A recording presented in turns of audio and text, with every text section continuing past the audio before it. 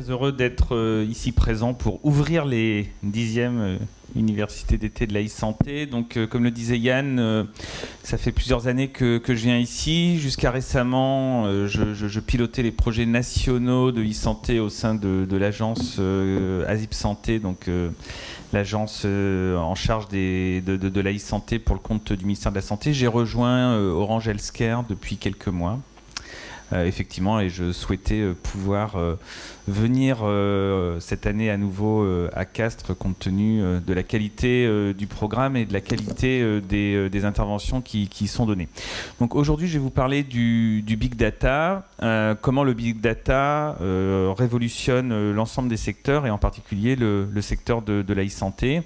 En éclairant ce sujet-là, évidemment, avec la perspective d'un industriel comme Orange.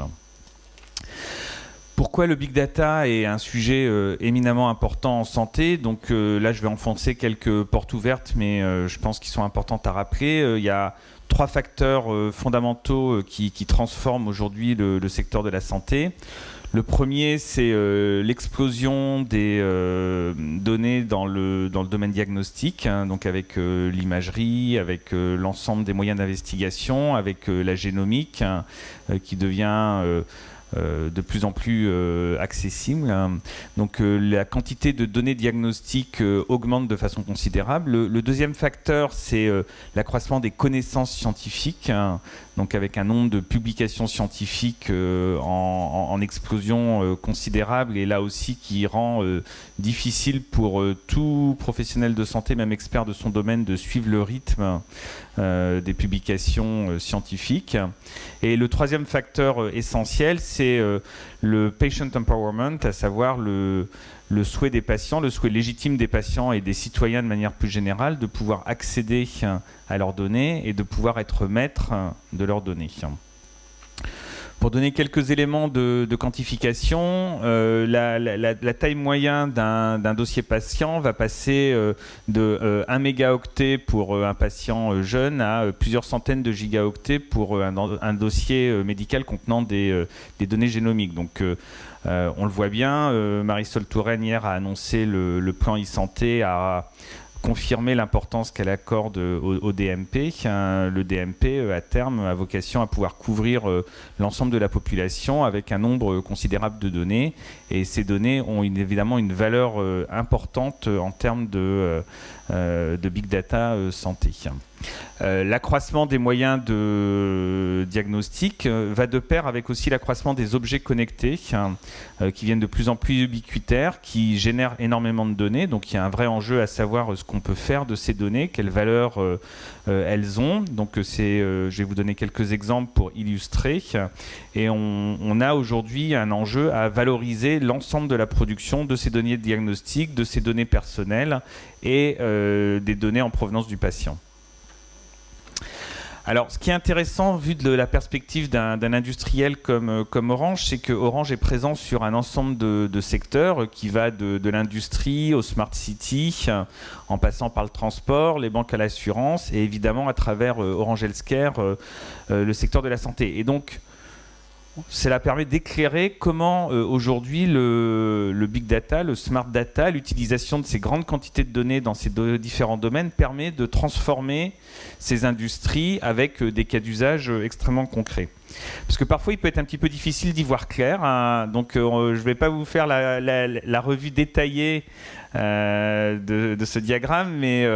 on voit ici l'ensemble des acteurs industriels, enfin en tout cas c'est une représentation partielle de l'ensemble des acteurs industriels qui intervient d'une façon ou d'une autre dans les différentes briques de valeur ajoutée du big data.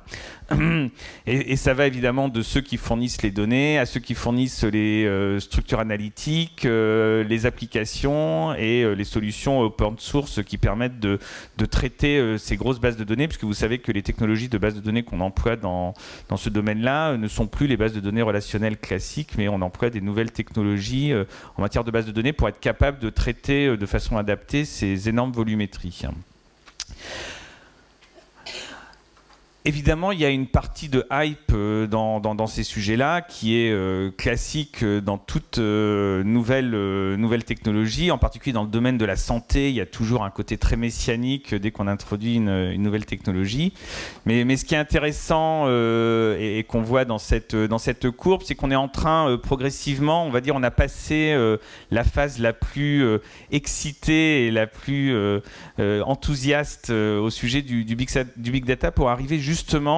dans une vision un petit peu plus réaliste des apports qui sont aujourd'hui possibles grâce à ces technologies. Et donc ce que je voudrais faire pour essayer de vous convaincre qu'on arrive aujourd'hui sur des applications réelles et qu'il y a des enjeux clés que la France doit relever dans le domaine, et on en reparlera en conclusion, c'est vous donner quelques exemples d'applications concrètes dans lesquelles nous avons été impliqués chez Orange.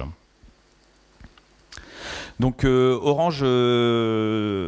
intervient sur ces thématiques-là parce que nous-mêmes générons énormément de données à travers les réseaux de télécommunications dont nous avons la responsabilité.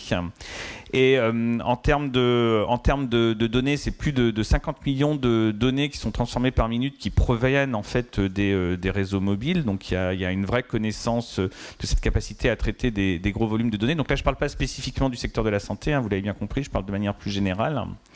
On gère une dizaine de millions d'objets connectés dans toutes les industries. On gère des voitures connectées, on gère dans le domaine industriel des dispositifs connectés. Et puis en santé, on gère plusieurs dizaines de milliers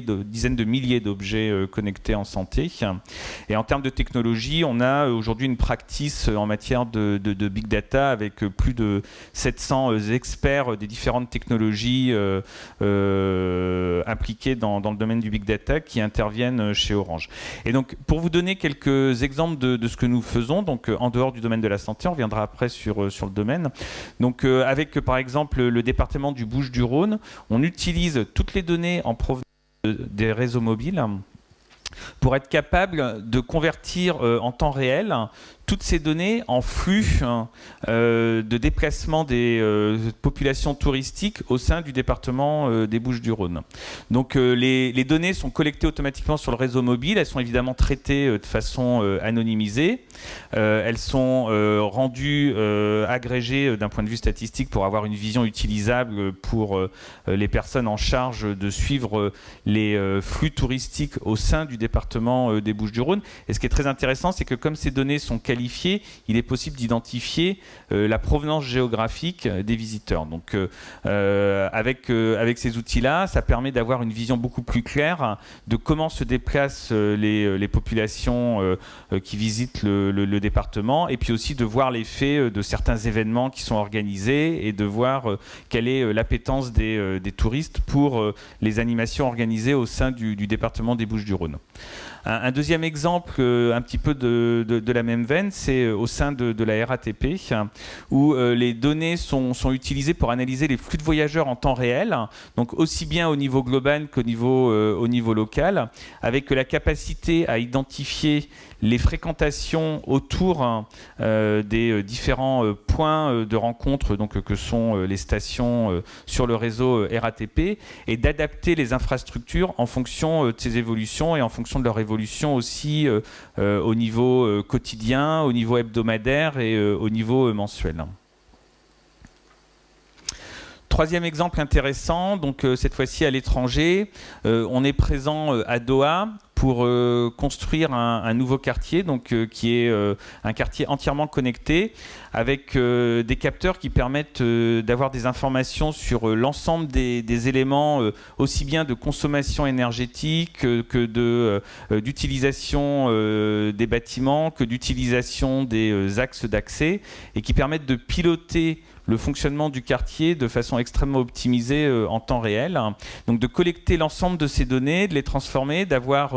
une vue globale avec une capacité donc d'une part à identifier des dysfonctionnements et donc à intervenir de façon beaucoup plus rapide en cas de dysfonctionnement sur un axe routier ou de dysfonctionnement dans un des bâtiments de ces quartiers, d'améliorer la qualité de service pour les usagers, et puis aussi d'optimiser l'utilisation de l'énergie, en particulier quand il y a des bâtiments qui sont inutilisés comme des bâtiments de bureaux pendant des journées fériées. Et on voit sur cet exemple que pour des applications dans le domaine de la santé, en particulier pour des applications de type Smart Hospital, on peut tout à fait tirer parti de ce type de savoir-faire et d'expertise. Orange aussi, à usage interne, utilise les données concernant ses 156 000 collaborateurs dans 220 pays pour faire de la gestion prévisionnelle de ses ressources humaines et utiliser de l'algorithmie prédictive pour être en capacité d'identifier type de compétences par type de compétences, quelles vont être les évolutions de ces expertises au sein du groupe, en modélisant statistiquement évidemment les entrées, les sorties, et être capable d'identifier de façon donc prédictive les besoins de renouvellement d'un certain nombre d'expertises au sein de ces équipes. Alors maintenant, évidemment, on va parler du big data en santé, qui est le sujet qui nous occupe aujourd'hui. Pourquoi s'intéresser au big data en santé ? Il y a de nombreuses raisons. Les trois principales dont je voudrais parler, c'est d'abord évidemment les impacts sur la médecine individuelle, hein, donc la qualité des soins individuels, avec l'impact qu'a le big data sur la médecine prédictive et la médecine personnalisée. Donc on voit que grâce à l'usage de l'ensemble de ces données, on passe de plus en plus, même si aujourd'hui notre système de santé n'est pas encore complètement adapté à cette nouvelle donne, d'une médecine curative à une médecine préventive. Et donc il y a des enjeux majeurs à être capable de prendre ce tournant et à être capable de valoriser toutes ces capacités qui sont aujourd'hui présentes dans ces données. C'est aussi évidemment un enjeu pour la recherche, avec une capacité à accélérer les processus de R&D et de favoriser des essais cliniques beaucoup plus ciblés sur les populations qui sont le mieux à même de bénéficier des traitements. Et puis enfin, d'un point de vue santé publique, et non plus cette fois-ci santé individuelle, c'est aussi un enjeu d'efficacité économique pour être en capacité, et je pense qu'on le fait insuffisamment en France, d'identifier les besoins de structures de soins, les besoins d'établissements de santé en fonction de modélisation basée sur effectivement un ensemble de données statistiques qui permet finalement de faire de la simulation comme on peut le faire dans d'autres domaines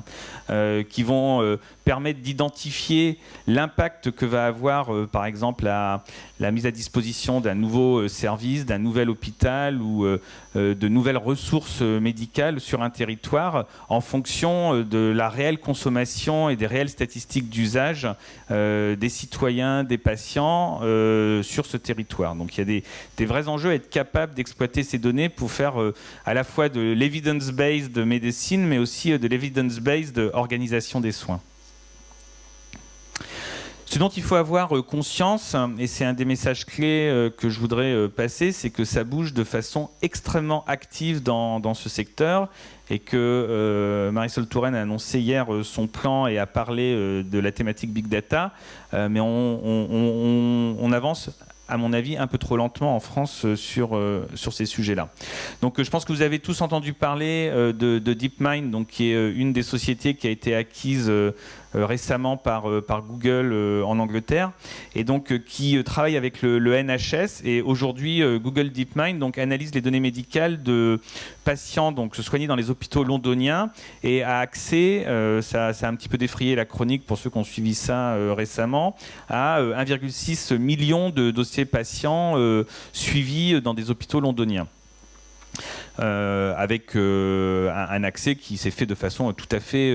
réglementaire, en conformité avec les lois britanniques. Le deuxième exemple dont vous avez probablement entendu parler, c'est Flatiron Health, qui est une start-up américaine qui a levé plus de 300 millions de dollars récemment auprès de différents investisseurs, dont à nouveau Google, qui se spécialise dans le domaine de l'oncologie et qui, à travers différents partenariats avec des hôpitaux américains, accède aujourd'hui déjà à plusieurs centaines de milliers de dossiers patients, avec l'objectif avéré et affiché d'utiliser cet accès à l'ensemble de ces données pour faire de l'algorithmie prédictive prédictive et favoriser la prévention en matière de cancer et la prévention en matière et l'optimisation des traitements en matière de prise en charge cancérologique. Le troisième exemple que j'aime bien citer, pour ceux qui étaient là l'an dernier, j'en ai déjà un petit peu parlé l'an dernier, c'est ce que fait Israël dans le domaine du big data. Le système de santé israélien est organisé autour d'assurance maladie, mais au pluriel. Il y en a 4, et à la différence du système de santé français, chacune de ces 4 HMO gère 2 à 3 ou 4 millions de patients, mais les gère de façon intégrale de A jusqu'à Z. Donc avec un petit peu sur le modèle anglais, à la fois le côté assurantiel, mais aussi à la fois le côté production de soins, avec la médecine de premier recours, les hôpitaux, et donc ils ont un suivi intégral des patients. Et ce qui est très intéressant, c'est que, en particulier, la plus grande de ces 4 HMO, qui s'appelle Clalit, qui suit 4 millions de patients, c'est informatisé de très longue date. Ils ont commencé à informatiser tout leur système de production de soins de façon homogène sur l'ensemble de la chaîne de prise en charge depuis plus de 10 ans, je crois pratiquement 15 ans. Ce qui leur permet d'avoir pour l'ensemble de leurs patients, avec en plus un système où les patients changent assez peu de HMO. Il y en a 4. Les patients peuvent aller d'une HMO à une autre, mais en pratique le font très peu. Donc pour leurs patients, ils ont un suivi absolument exceptionnel, non seulement comme on l'a en France avec le SNIRAM de données médico-administratives, mais aussi de données cliniques et de données biologiques. Et donc ils commencent à exploiter toute cette puissance des données pour faire de la médecine prédictive. Et par exemple, ici, un des exemples qui a été présenté récemment, ils utilisent les données, alors j'avais parlé l'année dernière du diabète, mais aussi dans le domaine de l'insuffisance rénale, ils utilisent ces données-là pour stratifier parmi leurs patients, les patients qui sont à risque d'une détérioration majeure de leur insuffisance rénale dans les 5 prochaines années. L'idée étant qu'en stratifiant leur population, ils peuvent concentrer leurs moyens de prise en charge intensive des patients les plus à risque, et donc de concentrer ces moyens-là de façon à réduire le risque pour ces patients de passer d'une insuffisance rénale contrôlée à une insuffisance rénale terminale. Et pour ceux qui connaissent le sujet d'insuffisance rénale, c'est en termes de qualité de vie un changement absolument dramatique pour les patients de passer en insuffisance rénale terminale, parce que ça suppose des dialyses pluri-hebdomadaires et une qualité de vie extrêmement dégradée. Et évidemment, du point de vue du système de santé, les coûts sont sans commune mesure avec un patient dont l'insuffisance rénale est sous contrôle. Il y avait une application dont j'ai parlé, un domaine d'application un petit peu identique dont j'ai parlé l'année dernière dans le domaine du diabète pour prévenir le passage d'un diabète équilibré à un diabète déséquilibré, où là aussi ceux qui connaissent le sujet savent que la qualité de vie d'un patient sous diabète équilibré et celle d'un patient en diabète déséquilibré n'est pas du tout comparable. Et il y a donc un enjeu de santé individuelle et un enjeu de santé publique à prévenir. Même dans le cas du diabète, je crois qu'ils avaient obtenu une réduction de 50% sous 5 ans du nombre de patients diabétiques équilibrés qui passaient en diabète déséquilibré. Donc c'est évidemment une réussite significative. Je passe parce que le temps passe. Donc maintenant, quelques exemples de ce qu'on fait en France. Donc on va le voir, il y a évidemment des applications intéressantes qui ont lieu en France, mais en termes d'échelle, on n'est pas sur les mêmes échelles, et il y a aujourd'hui un enjeu à être capable de passer à une échelle supérieure. Donc un des premiers exemples, et là je me permets de citer celui-ci parce que Orange est impliqué avec le Gérontopole de Toulouse,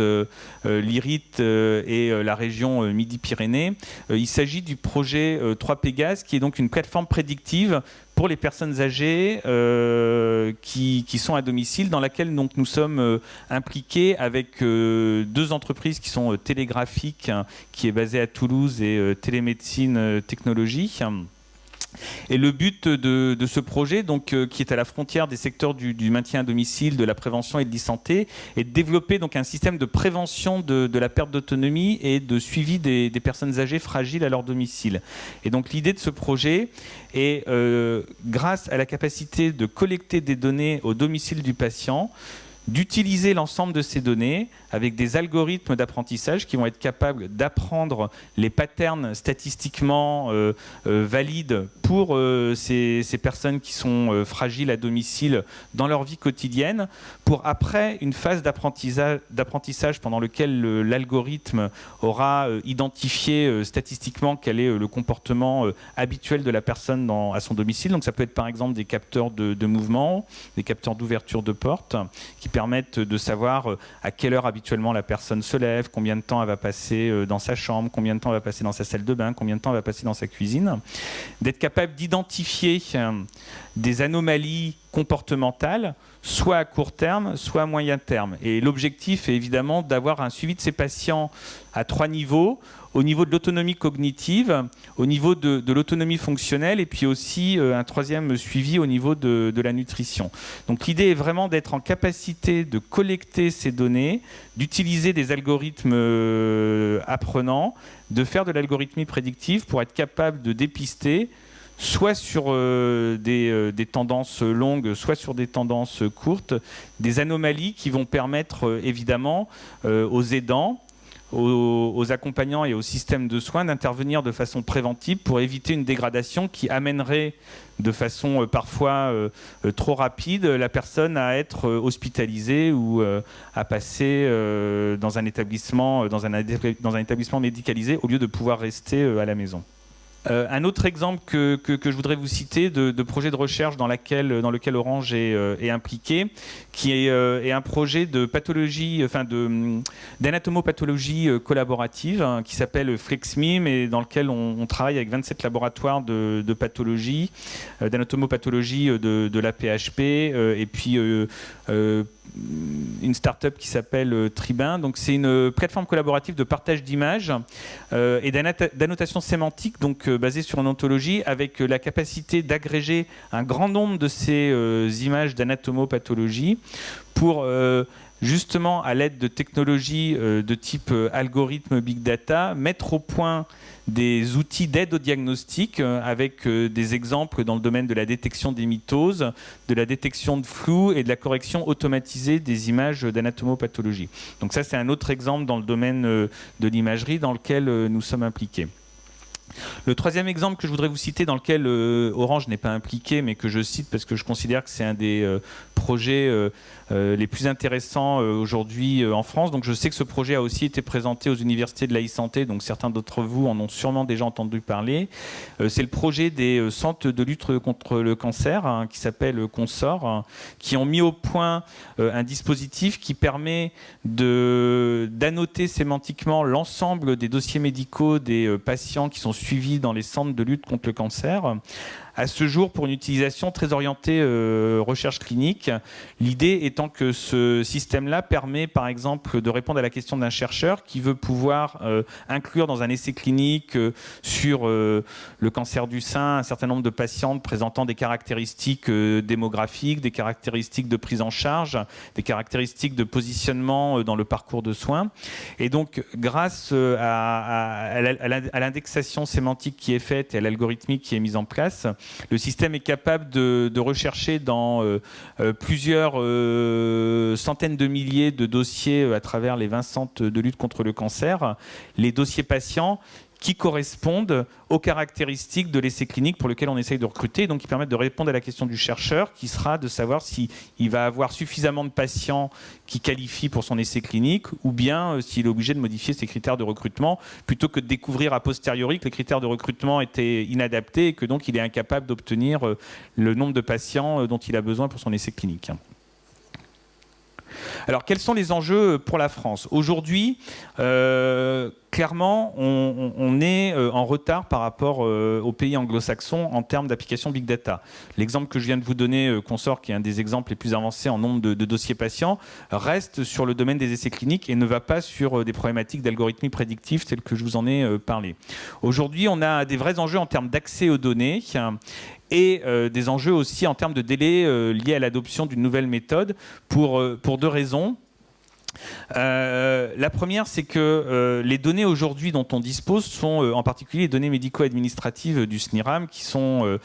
concernées par la loi de santé des débuts d'année et qui sont des données en provenance de l'assurance maladie et qu'on peut lier avec les données du PMSI. La problématique de ces données, c'est que ce sont des données médico-administratives. Donc ce ne sont pas des données cliniques, ce ne sont pas des données biologiques. Donc c'est effectivement, comparativement aux exemples que je vous ai cités, si on prend la comparaison avec l'exemple israélien, c'est 60 millions de patients, donc de ce point de vue-là, c'est extraordinaire. En revanche, il n'y a aucune donnée clinique, aucune donnée biologique dans la base de données SNIRAM, et donc la capacité à faire de l'algorithmie prédictive fine pour mettre en œuvre des algorithmes de stratification de risque, comme on l'a cité pour l'insuffisance rénale ou le diabète,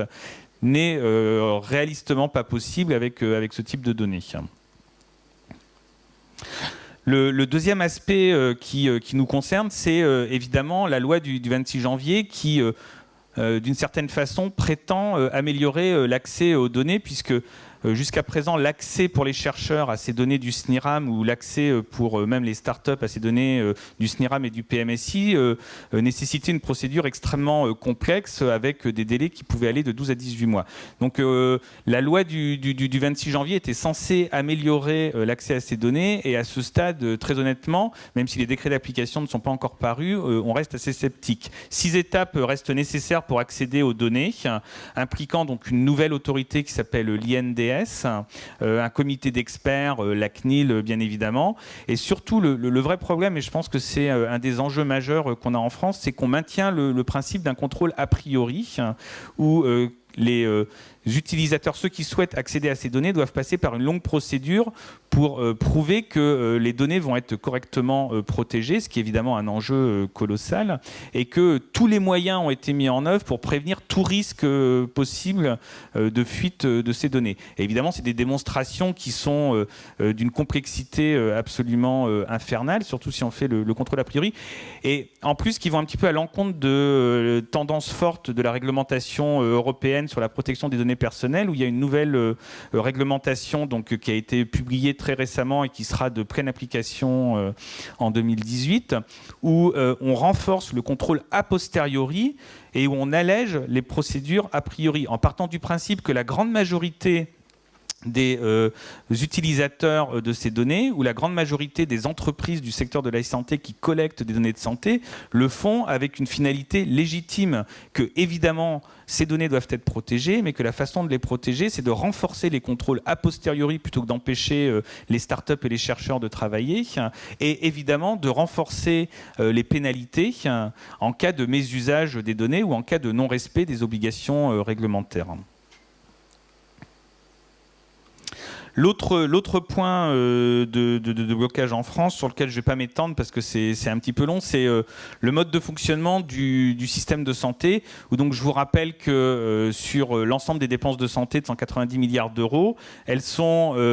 prises en charge à 68% par la sécurité sociale, à 8% par les ménages, et donc le delta, donc environ une vingtaine de pourcents, est pris en charge par des assurances complémentaires. Le problème, c'est que pour un même patient, 68% de ses dépenses vont être prises en charge par la sécurité sociale, une vingtaine de pourcents par les assureurs complémentaires et puis 8% par le patient lui-même. Et donc l'intérêt à investir dans des investissements de type big data,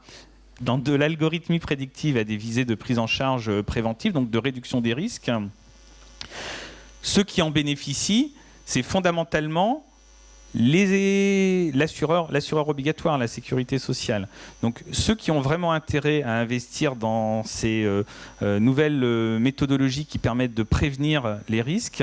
sont ceux qui évidemment sont les plus impliqués dans la prise en charge des complications de ces risques, donc dans la prise en charge curative. C'est évidemment la sécurité sociale, ce ne sont pas les assureurs complémentaires qui, quand ils investissent, vont en réalité investir pour le bénéfice de la sécurité sociale, d'autant plus qu'on a un problème, c'est pas un problème, mais que les patients qui sont des patients chroniques, ceux qui sont les plus à même de bénéficier de ces prises en charge préventives, sont souvent des patients en ALD, et donc ces pourcentages-là croissent côté sécurité sociale en termes de prise en charge. Voilà, donc juste pour conclure, je suis désolé, là j'ai un petit peu dépassé le timing. nous participons avec un ensemble d'industriels et d'institutionnels du secteur de la santé à une initiative qui s'appelle le Healthcare Data Institute, qui justement vise à favoriser la levée des verrous qui aujourd'hui empêche la France de courir en tête dans le domaine du big data en santé. C'est pourtant un enjeu industriel majeur, c'est un enjeu de santé publique majeur, c'est un enjeu de santé individuelle majeur, c'est un enjeu d'autonomie vis-à-vis d'un certain nombre d'initiatives anglo-saxonnes qui fleurissent. Et j'espère que sur le big data en santé, on ne laissera pas passer les trains comme on l'a fait dans d'autres domaines, comme le domaine des moteurs de recherche ou le domaine des séquenceurs, où aujourd'hui l'industrie européenne est complètement inexistante. Merci beaucoup.